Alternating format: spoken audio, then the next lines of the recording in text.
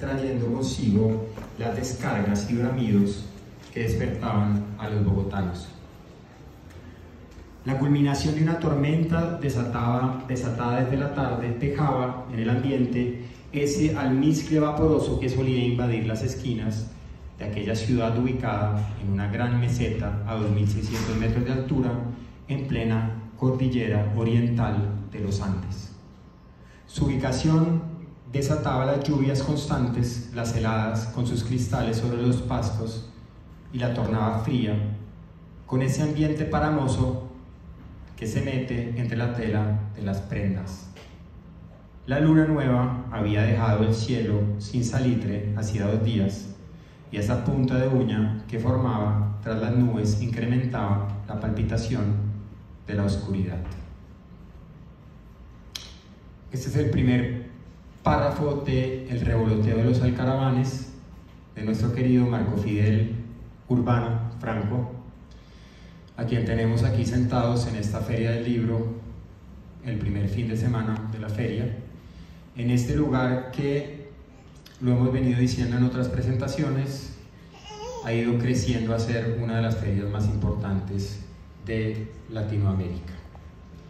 Mi querido Marcos Fidel, qué alegría tenerte aquí, conocerte finalmente, ya que te conocía en videocámara, pero no habíamos tenido el placer de departir una vivencia juntos, un mismo espacio. De verdad te felicitamos por esta novela tan exquisita en términos del lenguaje, tan exquisita en términos de la historia, con una visión y una narración dada de un hecho histórico, pero desde otro punto de vista muy diferente al tradicional. Ya vamos a empezar a hablar de la novela como tal. Por favor, cuéntanos cómo estás, cómo te sientes y qué revolotea, hablando del título del revoloteo, qué alcaravanes revolotean en tu interior en este momento. Mil gracias. Gracias de verdad, de todo corazón a todos ustedes por estarme aquí acompañando.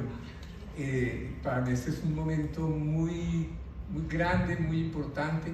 Le decía a Eduardo que hace un minutico 2 personas me dijeron maestro y como que me sorprende, pero esa es una de las tantas cosas que me han sucedido desde que me retiré del banco y me propuse hacer algo diferente a lo que vine haciendo durante los 42 años últimos.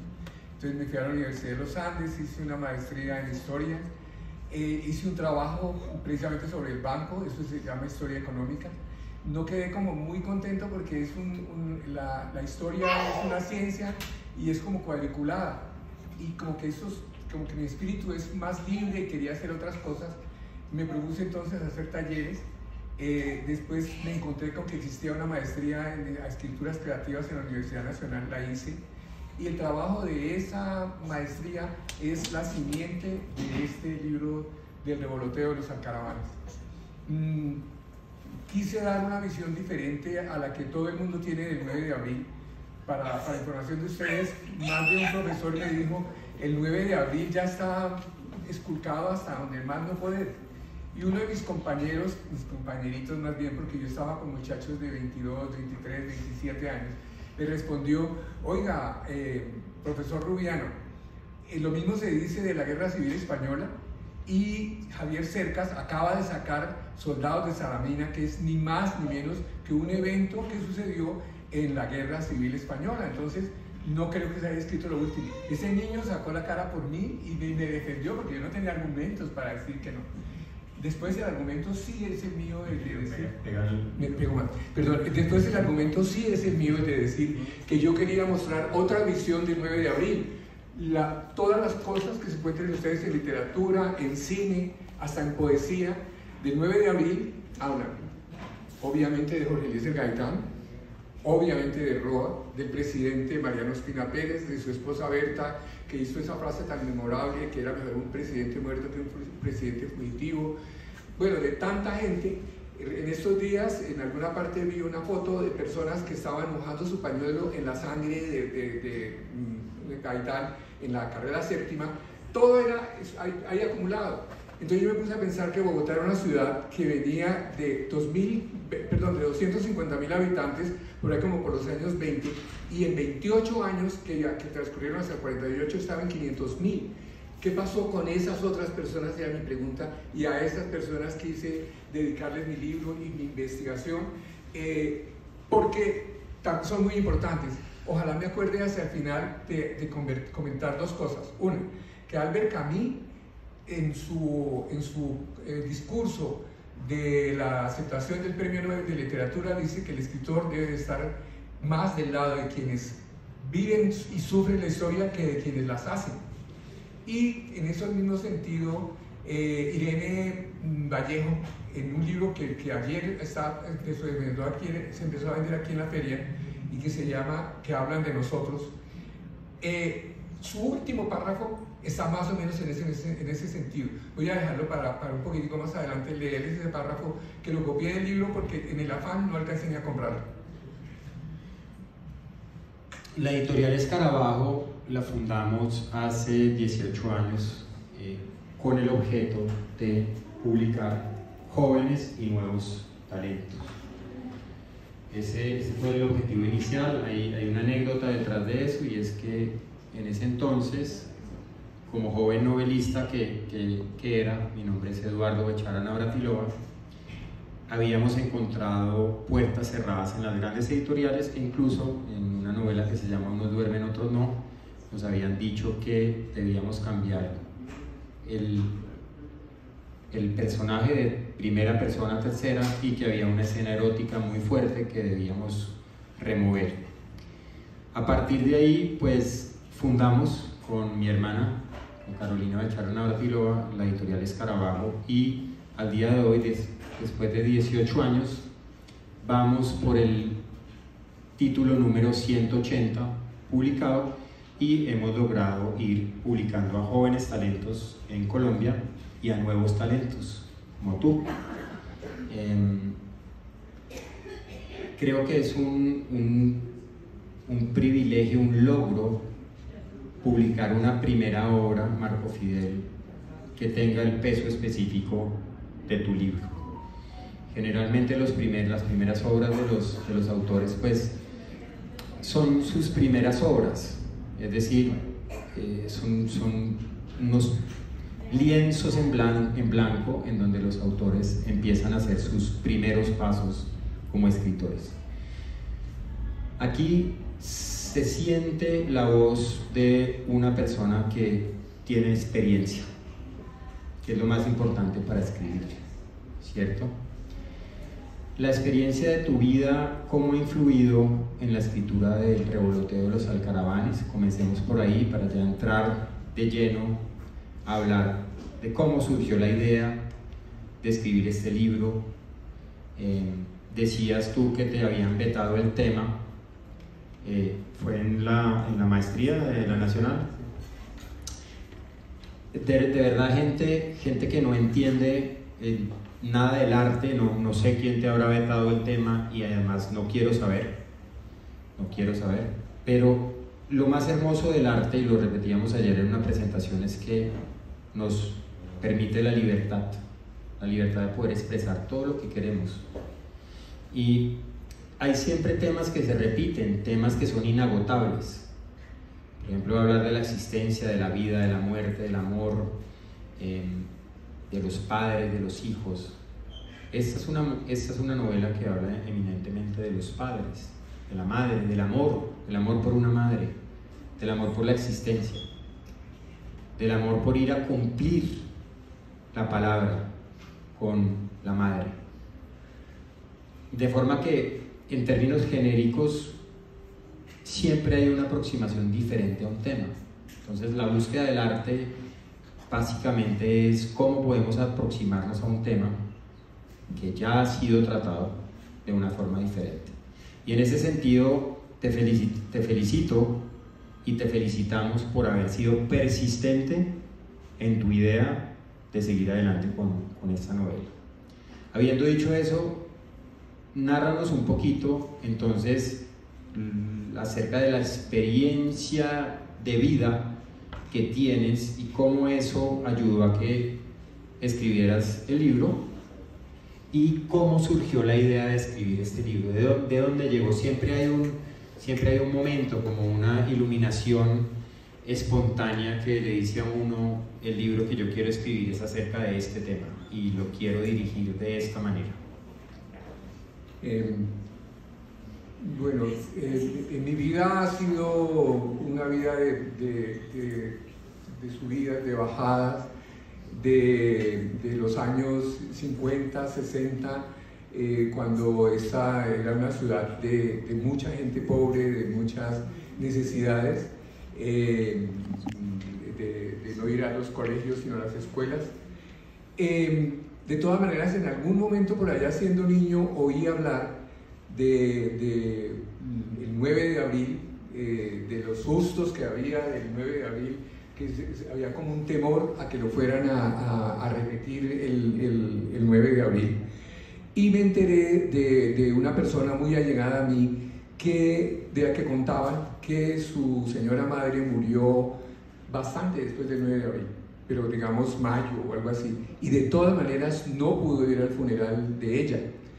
Eso me conmovió a mí mucho, como que le queda a uno esa cosa ya en la cabeza. Y era tan cierto como que una compañera mía de trabajo, que infortunadamente no está acá,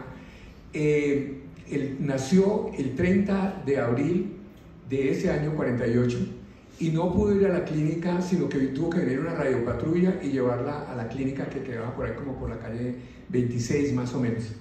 Es decir, fue dramático lo que le sucedió a la gente, porque quedaron sin trabajo, sin comida, sin nada. Eso me conmovió mucho, y por eso quise hablar de esas personas y no de volver a repetir, por ejemplo, que había un presidente que no quería huir, sino si era necesario morir.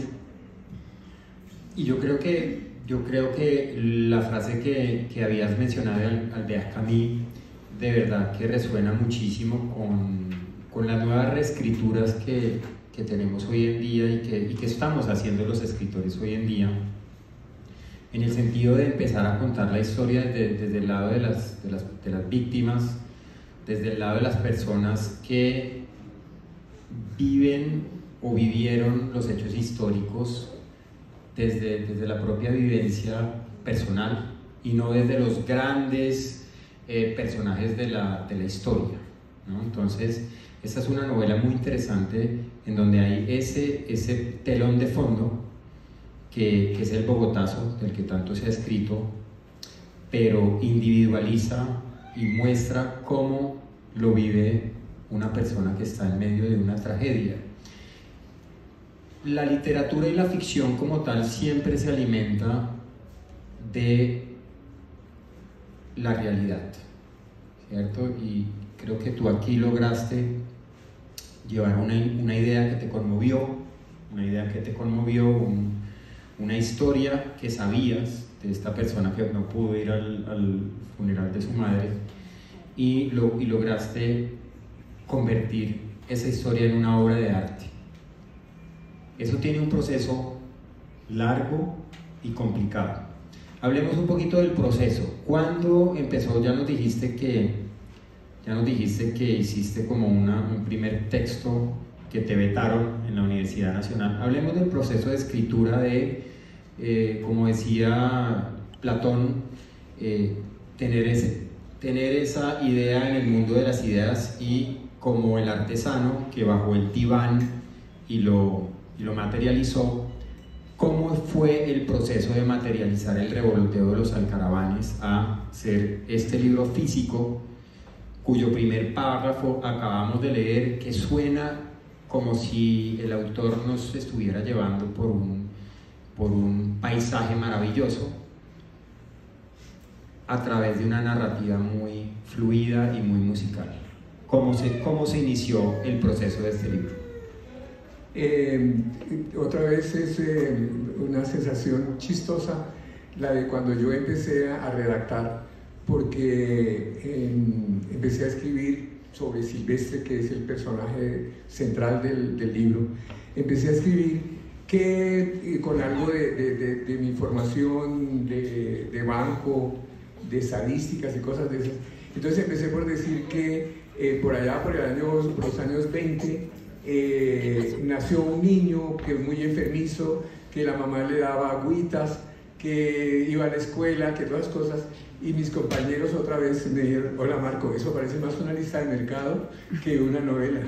Entonces, ¿qué hay que hacer? Buscarse como el momento, el boom, cuando aparece un monstruo en el sótano que recomiendan tanto a los escritores, cuando estalla algo, cuando pasa algo. Y entonces pues se me ocurrió a mí que una cosa grave era que este señor no podía viajar a ver a su mamá, y me inventé lo de la estación del tren, que es el primer capítulo precisamente, que después nos tenemos que devolver a hablar de otras cosas, pero ese fue como el arranque de mi novela. Después tuve como que me quedé quieto ahí mirando, como siguiendo a este personaje y al primo que le había venido a contar, y siguiendo un poquitico a Otilia, y me quedé como anclado, como diríamos, con la hoja en blanco, y tuve un segundo renacimiento, que fue en una Semana Santa. Yo ya llevaba como 2 semestres y no había avanzado sino como 10 páginas en el libro. Entonces una de las profesoras me dijo: Marco, yo te quiero mucho, pero si para después de Semana Santa no me traes por lo menos otras 10 páginas, este libro no va. Entonces fue cuando me fui, yo creo que fue en la casa de Pastora, estuvimos en una Semana Santa allá, y entonces me encerré yo y me puse a escribir, y se me ocurrió todo esto. Cuando de Oigatá, que es el muerto, la muerta, la llevan a enterrar con un sacrificio muy grande, llevan en unas varas, en un cajón hecho de tablas rústicas, de las que utilizan los maestros en las obras. Y cuando toda esta gente llega cansada, cerquita del pueblo, el cura sale y los devuelve y les dice: ustedes no pueden entrar aquí al pueblo porque estamos en pleno 9 de abril y no está prohibido hacer cualquier reunión de más de 3 personas. Estado de sitio, toca de queda. Bueno, definitivamente eso es muy grave. Cuando yo volví a los 8 días y les conté a estos compañeros lo mío, más bien mal escrito, pero con una vivencia, me dijeron: no, es que no sabía escribir. Entonces fue para mí una sorpresa que había que sentarse y votar cosas donde le recuerdan al escritor que usted debe tener 2 sombreros. Un sombrero del payaso, si se quiere, creativo, que hace muchas piruetas, muchas cosas, y otro sombrero, el de un juez, que está aquí con una férula, quitando palabras, haciendo borrar, haciendo repetir, haciendo todo eso. La mejor figura que hay de un escritor es que por un lado es un lápiz y por el otro lado es un borrador. Sabemos que Colombia es un país violento. El noticiero nos lo recuerda todos los días, o salir a la calle nos lo recuerda todos los días. De alguna u otra manera, la gestación de nuestro territorio y la gestación de nuestra personalidad está íntimamente ligada a la violencia. Vivimos una época de la violencia, venimos viviendo una época de la violencia desde hace 60 años y más. Es decir, Colombia nunca ha dejado de estar atravesada por la violencia.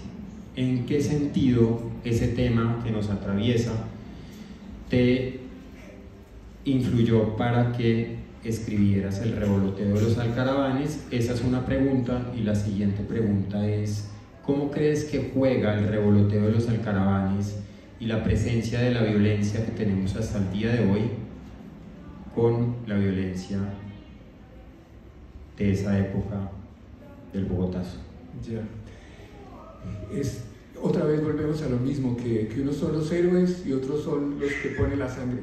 Se dice recientemente en los memes y en todo que la guerra es una pelea entre 2 que se conocen, 2 viejos que se conocen, que mandan a pelear por ellos a una cantidad de jóvenes que no se conocen y que son los que se van a morir y los que van a dar su sangre por el país. Esas son las guerras. El sufrimiento es precisamente para los de abajo. Y hay un pincelacito. Yo pienso que este libro es para que ustedes por favor lo lean pensando en que hay una pincelada de algo pero que detrás de eso hay otras cosas que ustedes mismos pueden recordarlas o traerlas. Una de esas es en la de que un militar de cierto rango, cuando lo derrotan, es decir, es un militar de los liberales, cuando lo derrotan en la batalla de Palo Negro, no lo meten a la cárcel, no lo matan, no nada, sino que dice, oiga, únase a nosotros y vamos para adelante. Y eso es lo que hace ese que después viene siendo un capitán. En cambio, a mi otro personaje, que es Genaro, nadie le ofreció nada, sino que se fuera por entre la selva a morirse de hambre y pues, con los animales, con todo lo que significa una selva de los años 40 en este país, que hoy todavía tenemos la selva amazónica. Entonces, volvemos a lo mismo. La violencia siempre ha sido la que afecta a este país, porque esa guerra de los 1000 días, que es tan terrible, que la gente hablaba y no paraba de hablar de los sufrimientos y de la escasez y de las necesidades en el campo, me afecta en ese sentido y quiero como contarla a mi manera. Entonces sí me afectó mucho la violencia, porque después de esa guerra hubo una tregua más o menos cortica y después viene la verdadera violencia, la de los que les hacen los cortes de corbata, que empalan a la gente, que les sacan los hijos a las mamás, matan a las mamás y les sacan los hijos y los botan. O sea, este país es supremamente violento y yo creo que no puse todo lo que yo me imagino, sino que más bien lo dosifiqué un poquito, porque no creo que tampoco tenga que como vomitar todo lo que yo siento en un libro, que es más bien, debe ser como para hacer reflexionar, pero no para hacer asquear a la gente tanto. En cuanto a los alcaravanes, son otros personajitos, por decirlo de alguna manera, que son muy particulares. Los alcaravanes yo los conocí inicialmente en los llanos orientales, Villavicencio y todo eso. Son unas aves zancudas, ojalá ustedes los conozcan alguna vez. He tratado en mis redes mandar fotos de los alcaravanes. Hay una canción de Arnulfo Briceño que se llama Alcaraván Compañero, que no la voy a cantar ahorita, y es muy linda, se la recomiendo que la oigan. Esos alcaravanes, para mí fue una sorpresa encontrarme a los alcaravanes en la sabana de Bogotá, que es fría, un pájaro de tierra caliente en la sabana de Bogotá. Después me enteré que no era solo en la sabana de Bogotá, es en toda la altiplanicie cundiboyacense, y la gente lo que dice es que más o menos fue como hacia mediados del siglo pasado, del siglo XX, que esas aves se vinieron hasta el clima frío. ¿Por qué? No tengo la menor idea, a lo mejor escaseces o algo. Tiene la particularidad de que ellos no hacen los nidos en los árboles, ni en las montañas ni nada, sino en la pradera, los hacen entre el pasto. Entonces tiene que salir entre los dos, son una pareja muy unida, ambos calientan los pollos, ambos traen comida, ambos todo. Los dos salen a defender y a gritar con un chillido como ensordecedor. García Márquez dice que esos son unos pájaros que le sacan los ojos a la gente. Me enteré después de un cuento de García Márquez que se llama La noche de los alcaravanes, y no habla tampoco mucho de los alcaravanes, sino que a unos ciegos le sacaron los ojos los alcaravanes. Entonces ese ave también me conmovió por su amor de familia, por su cuidado de sus polluelos, por lo expuesto que está en la pradera, y porque la naturaleza no lo obligó, no le enseñó, póngase al cubierto en otra parte, y tiene que él mismo poner su vida para defender a sus polluelos y su hogar. Volviendo un poquito al tema de la violencia, parecería decirnos tu novela, mi querido Marco Fidel, que nada ha cambiado, que todo sigue igual, que Colombia sigue siendo ese mismo territorio donde la gente más sacrificada seguirá siendo la más sacrificada por ahora, y los menos sacrificados mirarán la corrida desde las tribunas. Dijimos del revoloteo de los alcaravanes, una novela de epopeya en medio de tanta hostilidad, un canto a la perseverancia, un aire que torna un verso de libertad entre la animadversión, la imposibilidad, el obstáculo tras el obstáculo que debe superar Silvestre, nuestro héroe, para intentar llegar a su lugar de destino, los pómulos de su madre. En medio de las réplicas del disturbio, las ondas en el aire, los lamentos de una niebla en esa odisea emprendida sobre el tren de la sabana. Vacío, con un solo pasajero, avanza con sus nubes por el altiplano cundiboyacense, alado por una 45, aquella locomotora icónica que fue testigo de una de las épocas más violentas en uno de los países más violentos del mundo, donde la hostilidad, la muerte y la pugna entre los poderes contrapuestos se replica al día de hoy, 75 años después del famoso magnicidio que dio lugar al Bogotazo. Una novela de epopeya en medio de tanta hostilidad, un canto a la perseverancia. ¿La perseverancia de quién? De nuestro héroe Silvestre. Silvestre es un personaje muy perseverante. Él va a intentar hacer todo lo posible por llegar al funeral de su madre. Te pregunto, la gente que te conoce y los que no te conocen lo conocerán, tú eres una persona muy persistente. ¿Qué tanto hay de ti en nuestro personaje, nuestro héroe de Silvestre? Para empezar, Silvestre nació un 14 de abril.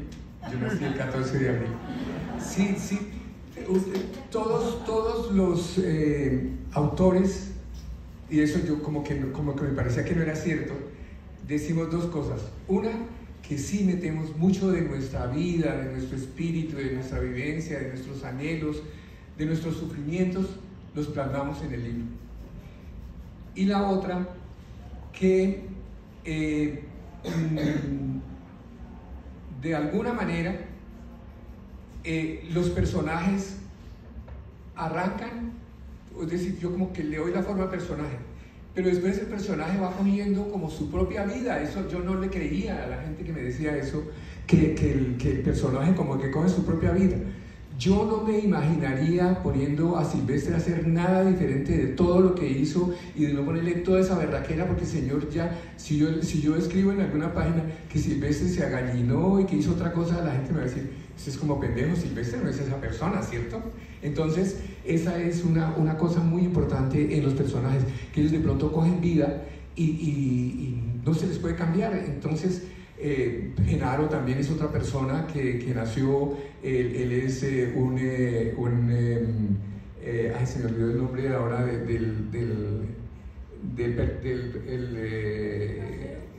no, perdona, el símbolo del zodíaco, escorpión. Él es un escorpión y ustedes van a ver, yo para ayudarme un poquito, como que los puse como en eso, ayudándome para darles forma.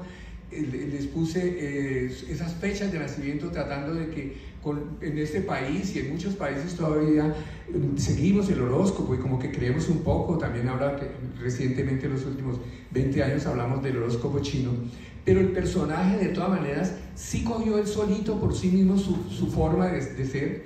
Silvestre va y quiere a don Genaro, porque don Genaro es una persona común y corriente. A rato lo vemos como malo, otra vez lo vemos como muy bueno, otras veces lo vemos como rezongón, pero así somos las personas nunca somos de una sola forma. Entonces, yo también soy así, también aparentemente soy muy tranquilo, pero también me angustio, también tengo momentos de ponerme bravo, y así es la vida. Hablemos un poquito de la atención. Te hago una última pregunta para pasar a dos preguntas al público y después tomar una copa de vino a las 10 de la mañana, a las 10:40 de la mañana un sábado, que nos va a abrir el apetito después para la celebración de este libro. Hablemos un poco de la atención. La atención es muy importante en términos narrativos. La atención es lo que nos mantiene pendientes de la historia, es lo que nos hace, lo que nos da la determinación de seguir leyendo. Cuando un libro llega a nuestras manos no tenemos la obligación de terminar, no tenemos, el chiquito leerá tu libro cuando esté preparado para ello. Suena casi como una alcaravana. Sí.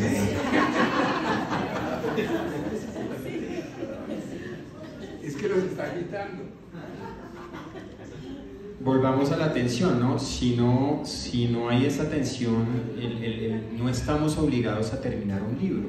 Vivimos vidas muy ocupadas, yo creo que todos, de forma que la atención es muy importante. ¿Qué te fue la atención? El manejo de la atención en esta novela, mi querido Marco Fidel, es excepcional, porque es una búsqueda insaciable de poder llegar a un lugar donde se quiere llegar a pesar de todo. ¿De dónde te llegó esa idea de generar esa tensión tan tremendamente importante? Y es lo que hace que después, en el día de hoy, te estén llegando mensajes de muchas personas que ya han leído el libro diciéndote que de verdad no lograron soltar el libro sino hasta la última página. Bueno, la verdad que yo creo que diría mentiras si digo que tuve que esforzarme demasiado.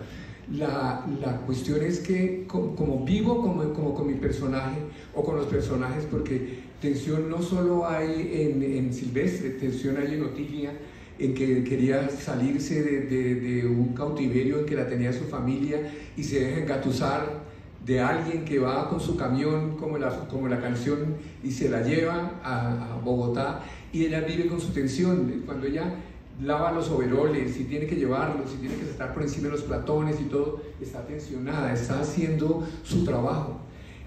Todos, la tensión que tiene Gregorio, el muchachito, un muchachito de 13 años, que se cuela en el tren en Oicatá y se mete por allá casi debajo de las faldas de una señora que lo ayuda a que el maquinista no lo baje del tren por allá, quién sabe dónde. Entonces yo diría que casi que me resultó de esa misma vivencia de nuestro país, de nuestras gentes que están sufriendo porque no tienen para la matrícula del niño, por esas cosas. La verdad que en esa sí casi que estoy reflejando lo que es la vivencia de todos nosotros, todos andamos tensionados. Sí, y se puede decir que en ese sentido todo es muy luchado dentro de la novela, todo es muy luchado. Cualquier cosa que se quiera hacer es tremendamente difícil, pero se saca adelante con muchísima persistencia. Bueno, mi querido, yo creo que mis preguntas llegan hasta ahí, podríamos seguir hablando muchísimo más del libro. No sé si tú quieras decir algo en particular que se nos haya quedado por fuera. En todo caso, tenemos tiempo para 2 preguntas rápidas y ya después para pasar al cóctel. Bien, les había ofrecido que les iba a hablar de Albert Camus. Albert Camus, entre las cosas, es uno de los personajes que tuvo su premio Nobel de Literatura más jóvenes que muchos, más joven inclusive que García Márquez, de manera que todavía su profesora estaba viva y de las primeras cosas que hizo fue salir a agradecerle a su profesora que le enseñó a leer y escribir. Y en alguna parte de su discurso dice: por lo mismo, el papel del escritor es inseparable de difíciles deberes. Por definición, no puede ponerse al servicio de quienes hacen la historia, sino al servicio de quienes la sufren. Si no lo hiciera, quedaría solo, privado hasta de su arte. No voy a seguir leyendo ahí. El otro es de un libro que van a encontrarse en este momento de Irene Vallejo, la que escribió El infinito en un junco. Y este sí voy a leer un poquitico más porque es un párrafo completo. Dice: entre los antiguos romanos, ella es filóloga, historiadora, y sabe de idiomas y de dónde vienen las palabras. Es un libro, se los recomiendo ese libro, después de leer Los Alcaravanes, les recomiendo que lean El infinito en un junco. Entre los antiguos romanos existía un género literario especial, unas consolaciones para ser leídas en el tiempo del duelo. Séneca escribió 2 consolaciones muy íntimas en la primera persona.